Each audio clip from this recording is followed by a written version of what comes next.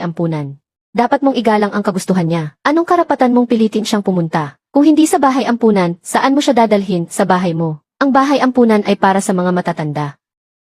Ako pa nga ang gumagastos dito. Napaka-usisero mo naman. Ang bahay ampunan ay isang lugar para sa mga matatanda. Ipinadala mo ba ang nanay mo sa bahay ampunan? Kung ikaw ay tumanda, ipinadala ka ng anak mo sa bahay ampunan. Ano ang mararamdaman mo? Hindi ba kayang tanggapin ng bahay mo ang biyenan mo? Malaki ang bahay namin. Tingnan mo. Pero ang nanay ko nakatira doon, at maraming alagang pusa at aso sa loob. Ayoko talagang tumira kasama ang matandang yan. Anong pakialam mo? Kung gusto mo, ikaw na ang magdala sa kanya. Ibig mong sabihin, malaki ang bahay. Kasya ang mga pusa at aso. Pero hindi kasya ang biyenan mo.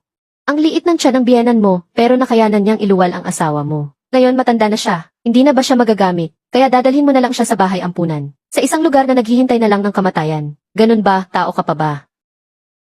Kung hindi ko siya aalagaan. Matagal na siyang parang pusang gala. Dahil pinakikialaman ko siya. Kaya siya nagiging abusado. Gusto pa niyang tumira sa bahay ko. Karapat dapat ka ba, hindi ako titira sa bahay mo. Ibalik mo ang pensyon ko bawat buwan.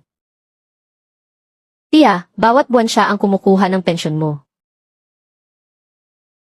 Tiya, matanda ka na. Ang ganda ng buhay mo. Bakit mo pa kinukuha ang pensyon niya? Bakit? Dahil ako ang manugang niya. Kapag nawala siya, ako ang maglilibing sa kanya. Ikaw na isang tagalabas, bakit nakikialam ka pa? Lumayo ka sa akin ngayon din. Inalagaan ni tita ang asawa mo noong bata pa siya. Kaya dapat lang naalagaan niyo siya sa pagtanda niya. Ang tanda na ni tita. Anong karapatan mo na kunin pa ang pensyon niya? At pinipilit mo pa siyang pumunta sa bahay ampunan. Nakita ko lahat, hindi ko ito palalampasin. Tiya, huwag kang matakot. Nandito ako para ipagtanggol ka. Ha? Ikaw, wala kang hiya. Nakikialam ka pa rin.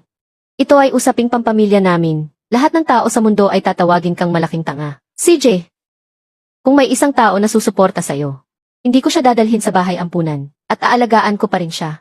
Kung walang susuporta sa'yo, putang ina, lumayo ka sa akin hanggat maaari. Sige, sinabi mo yan ha. Mga kapamilya sa harap ng video, ang paggalang sa matatanda at pagmamahal sa mga bata ay tradisyonal na kagandahang asa ng ating lahing Tsino. Ito ay talagang kanyang responsibilidad sa bahay. Hindi ko dapat pinakikialaman. Pero maraming departamento ang hindi nakikialam sa ganitong mga responsibilidad sa bahay. Sino ang dapat makialam? Isang bagay na hindi kayang tiisin ng iba. Ako ay isang positibong tagapagbalita. Sa tingin ko dapat akong makialam. Suportahan niyo ba ako? Kung susuportahan niyo ako, sa kanan, pindutin niyo kahit ano. Kung may mga problema kayo sa bahay, mga bagay na hindi masaya, pwede niyong ibahagi sa akin. Gagawin ko ang lahat ng aking makakaya para tulungan kayo. Salamat! Mabuting tao. Suportahan niyo na lang ang mabuting boss na ito.